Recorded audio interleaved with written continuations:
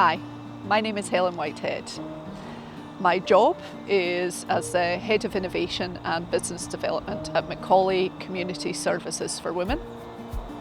And I am also on a number of boards and advisory groups, primarily in education, experience, Indigenous rights and not-for-profits. A few years ago when I was co-designing artificial intelligence solutions with MIT and a large Australian organisation.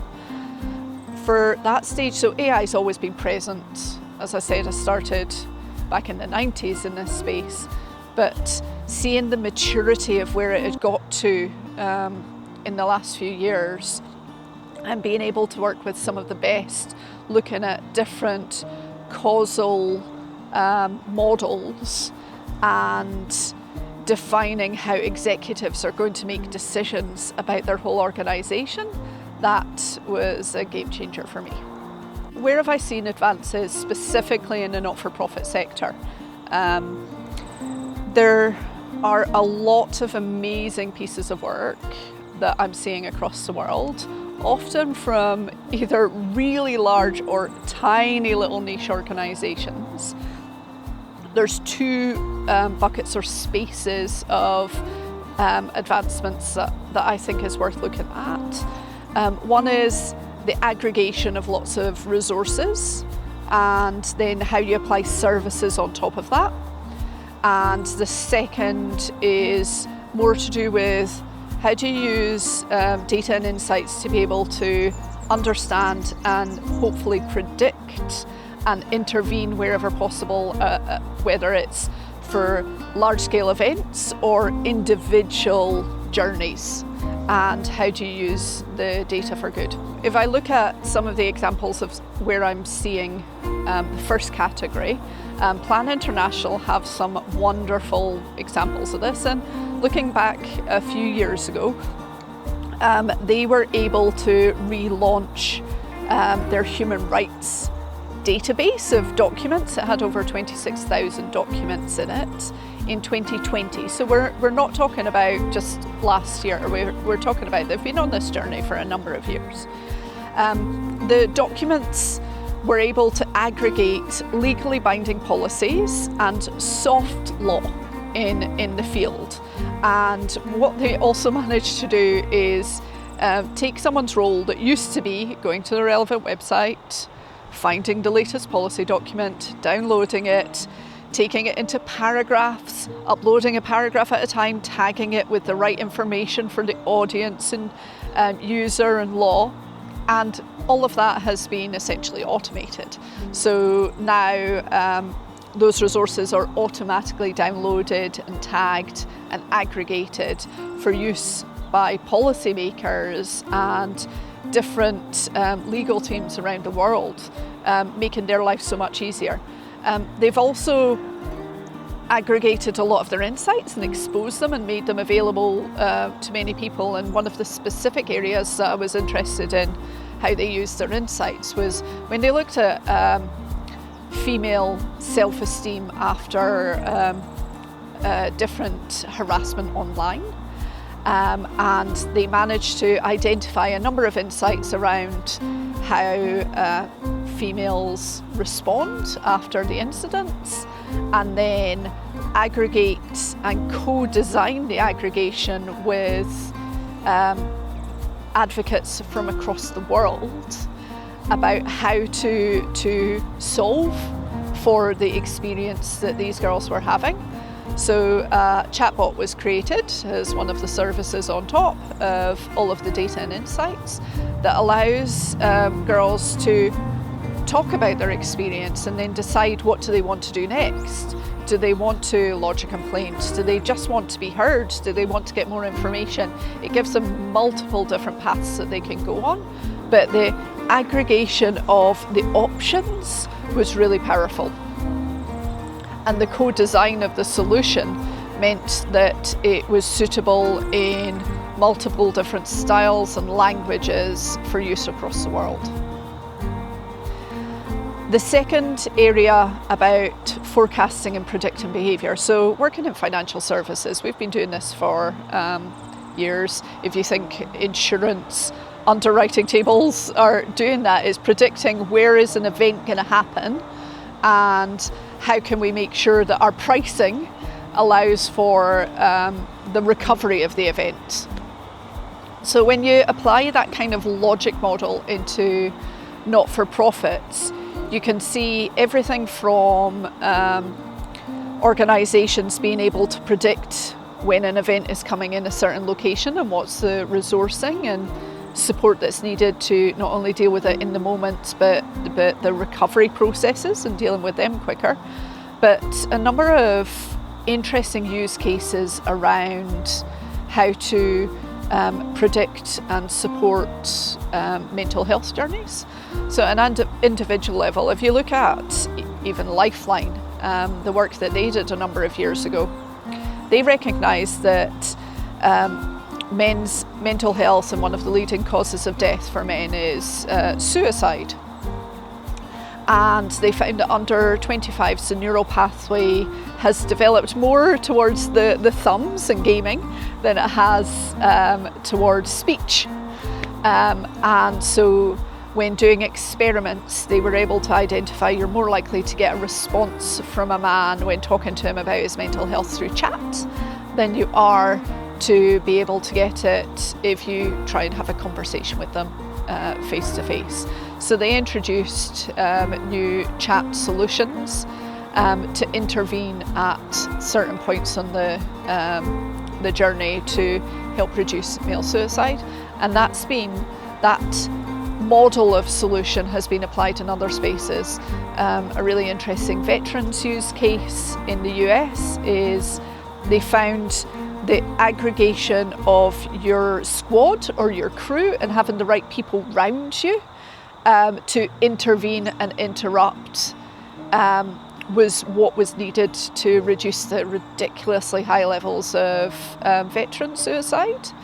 And so how do you take the physical model of a squad, apply it digitally and nudge them to be able to interrupt you at the right time? So if you think really practically, this is the nudge that says Dave hasn't got out of bed in the last 3 days. If we were wanting someone from the squad to interrupt, it would be who's the equivalent of his captain.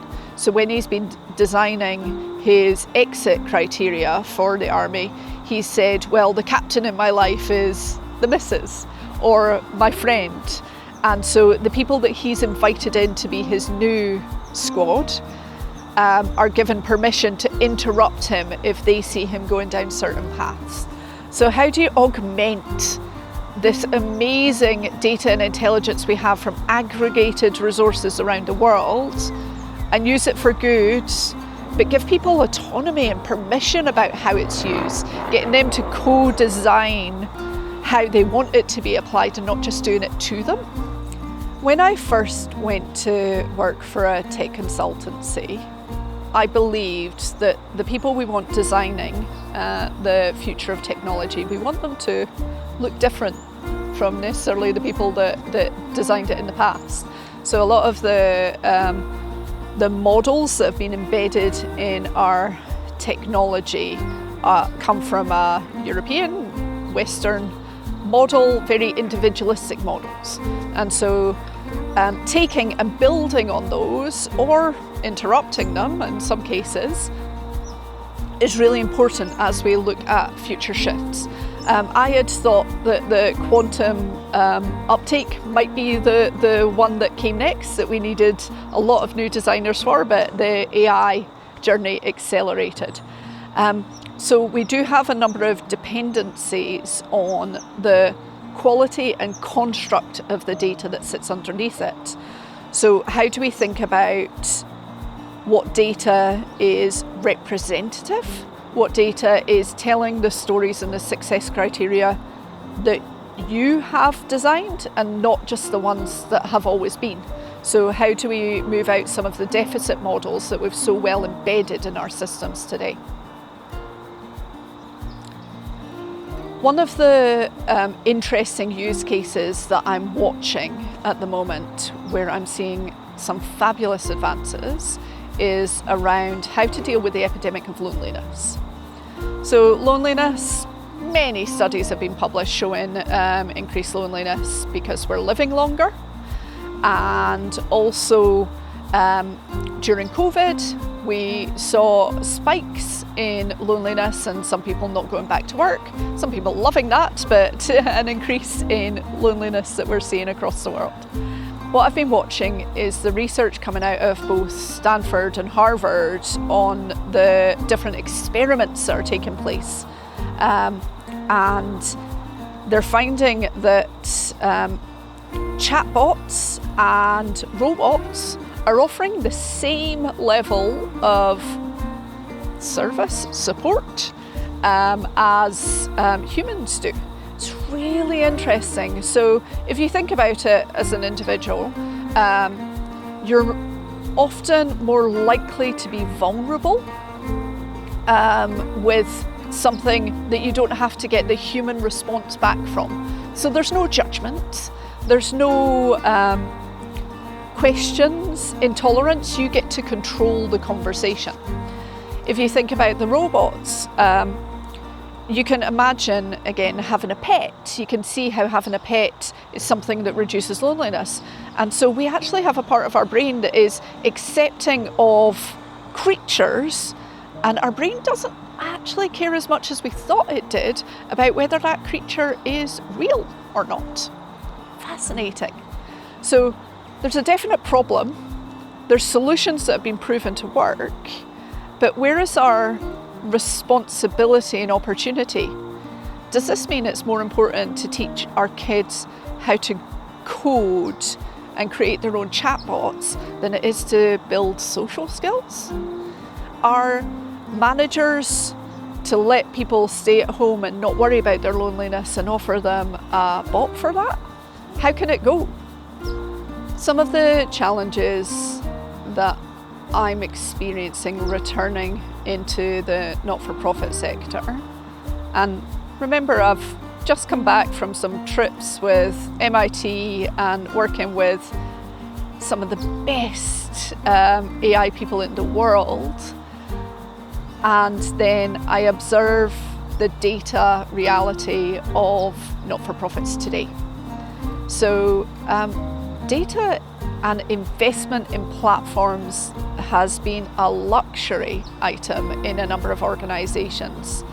There's gaps, there's inconsistency. We see Australia has plateaued on its maths, data and science skills over the last 10-15 years, whereas other countries have advanced.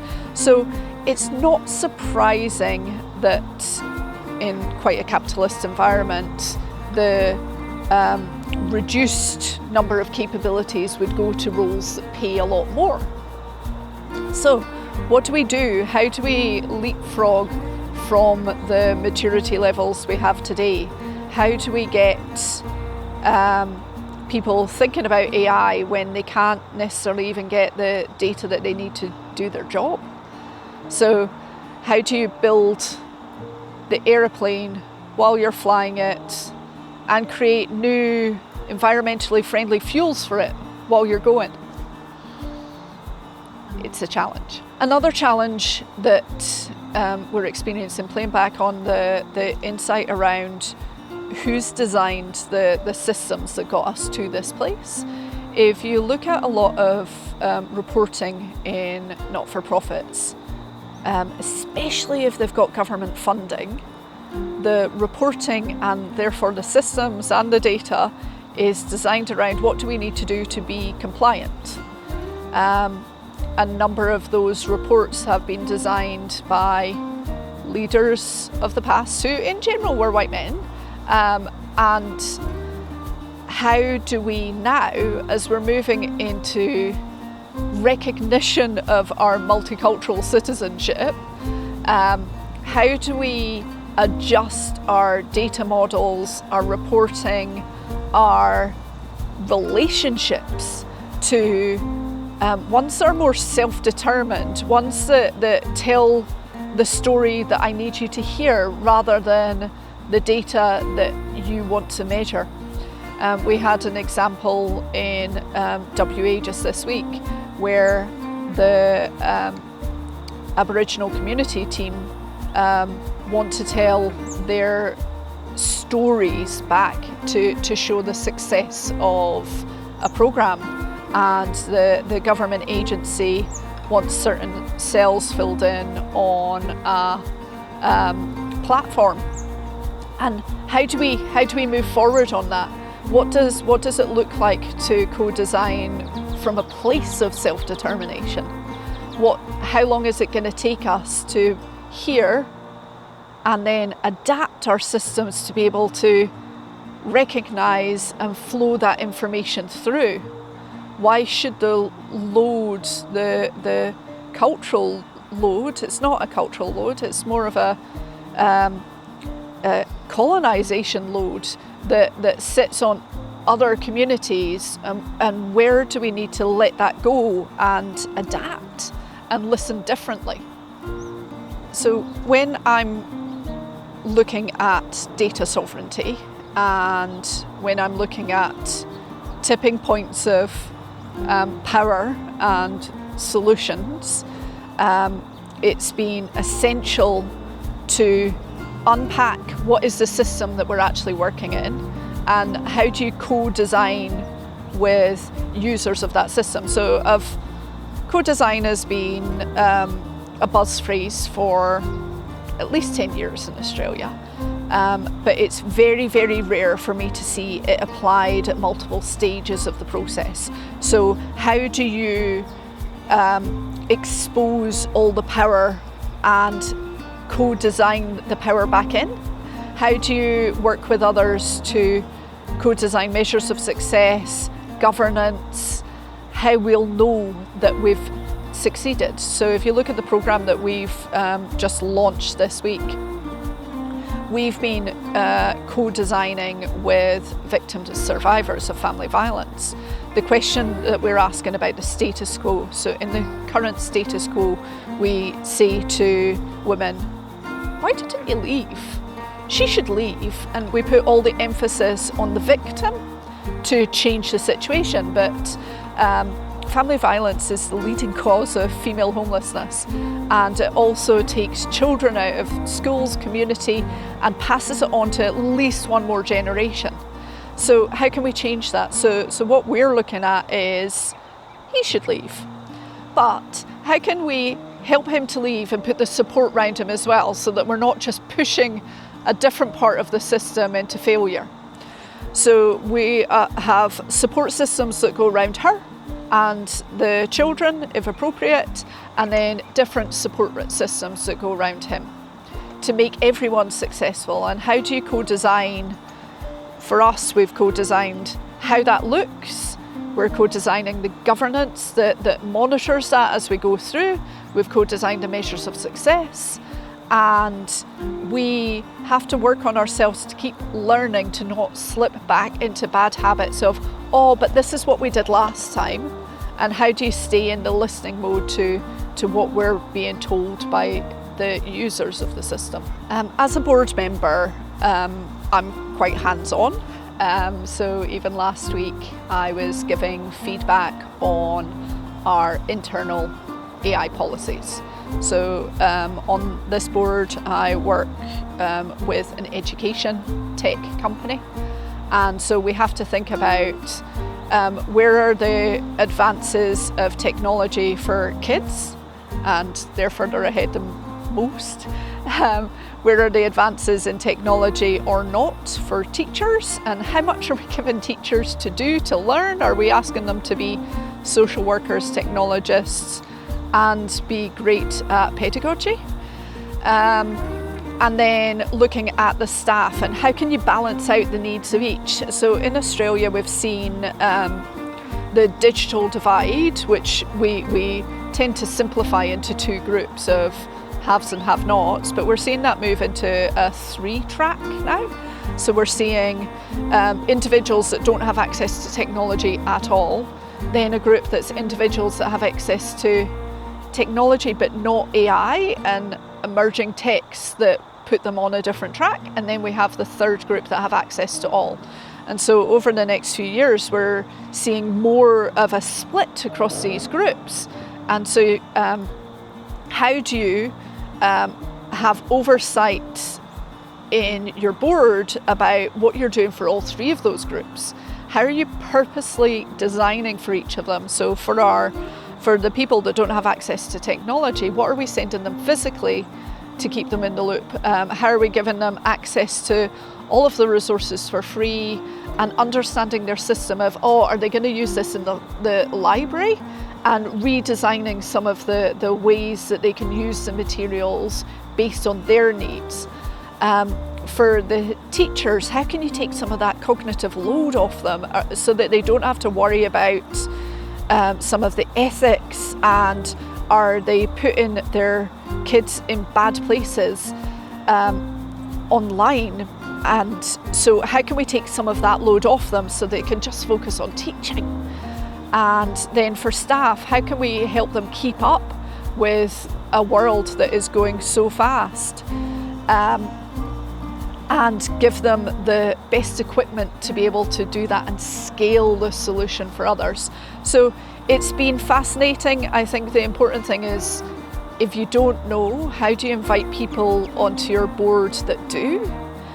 Or how do you make sure that you're getting advice in different ways? So for us, we're currently looking to recruit teachers, so that we're making sure that we have voice of teacher on this board, as well as having people that have been involved in the education industry for longer and know the bigger system. And then how do you make sure that voice of student doesn't get lost in the journey as well, so that we're not forgetting that they're the ones that know how it all works, and they know how to hack all the controls. So understanding your own decision-making processes, and then your biases and what you do differently. It's been really interesting for me seeing how I've adapted to AI in this season, with so much access to so many solutions, and then how other executives that I work with or near, it brings out vulnerabilities. I have experienced a number of perfectionist executives not willing to show their work because they're scared about doing it wrong, they're scared about making mistakes. Whereas I've seen others test, learn, try, fail, show their learning. The need to invest in your own journey in this is so important. It takes years to get good at prompts. So it's starting now. It's in the same way at school that you learnt to show you're working. There's different versions of that now with your prompts. Why don't you share a prompt with a colleague that worked really well as one that didn't, so that you can accelerate each other's journey? And the more that we can do that, no matter what level you are in an organisation, the faster that we're all going to test the boundaries of this work. When I'm dealing with boards or executives that are either don't understand what AI is, or have never used it, or are scared to use it, or have bought into the hype of all the things that can go wrong, and so aren't being part of the things that can go right with it as well. I've got a few hacks that I have used that have proven successful. So some of it is showing people like you. So it's really good to show case studies of, this organisation like you, same size as you, has been able to do this. No, it didn't cost very much. Look, it only costs this much. So having someone like you to compare to has proven very successful. Having empathy safaris, so being able to take executives, colleagues out to organisations that are doing well, give them something to compare contrast. So the empathy safari we used to perform the most was you take them to phone company A and phone company B, and you get them to buy a device at each. Then once you've had that experience, you take the executives away and you ask them questions that are more to do with the operating model and the business that goes behind that purchase. So you ask questions from what do you think their KPIs are, to how do you think they're rewarded and recognised? How long do you think their shift is? What part of your shift do you think they're on? Do you think they like their job? Do you think they'll stay there? What do you think retention rates are like? So you begin to ask the bigger questions that sit behind the product choice. But when I'm doing one that's around AI, I get to take executives to somewhere they can play and have fun, and there's no consequences to their business if they do something wrong. So what does that look like for you? Where's an adjacent business that you would be able to translate it back, but there's no consequences for their experiments? So you need to give them places safe to fail, and then taking the narrative and the explanations back to, this is what you've learnt, this was how hard it is, or this is an easy first step that you can do on this journey, but this is the direction we're going. So I found most executives I work with like a good maturity model to show them that they're just doing one step, but it's in the right direction. In the future, we need to consider a number of things, but the fundamental one is around data.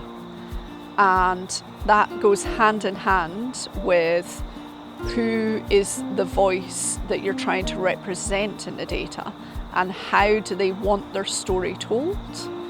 So a number of data sets have been driven by systems of the past, and how do we design systems of the future that are based on self-determined data sets.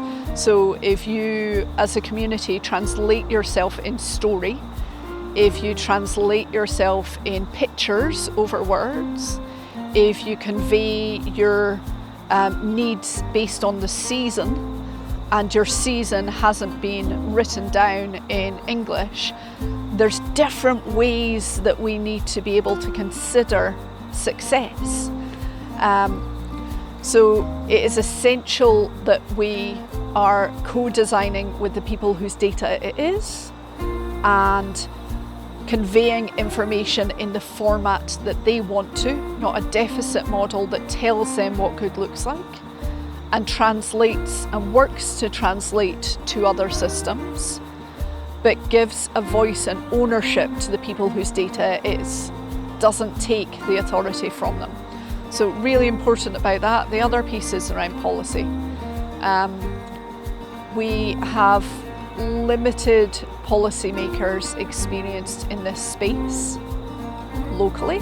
However, globally, there are some amazing pieces being done. How do you move past your own knowledge and experience and ask for help and collaborate and build off what others in the world are doing? How do you ask your constituents for help?